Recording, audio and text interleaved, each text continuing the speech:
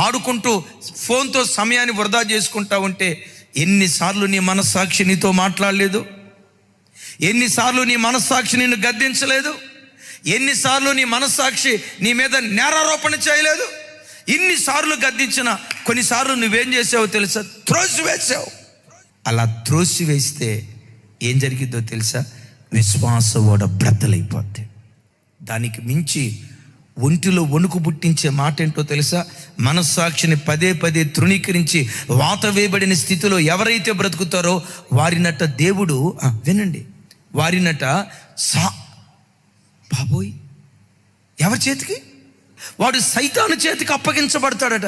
ఇక సైతాను చేతికి ఒకడు అప్పగించబడ్డా చేయకూడని నీచమైన కార్యాలు, చేయకూడని హేయమైన కార్యాలు, చేయకూడని లజ్జాకరమైన కార్యాలు, చేయకూడని అపవిత్రమైన కార్యాలు వాడు చేస్తూ వెళ్తాడు.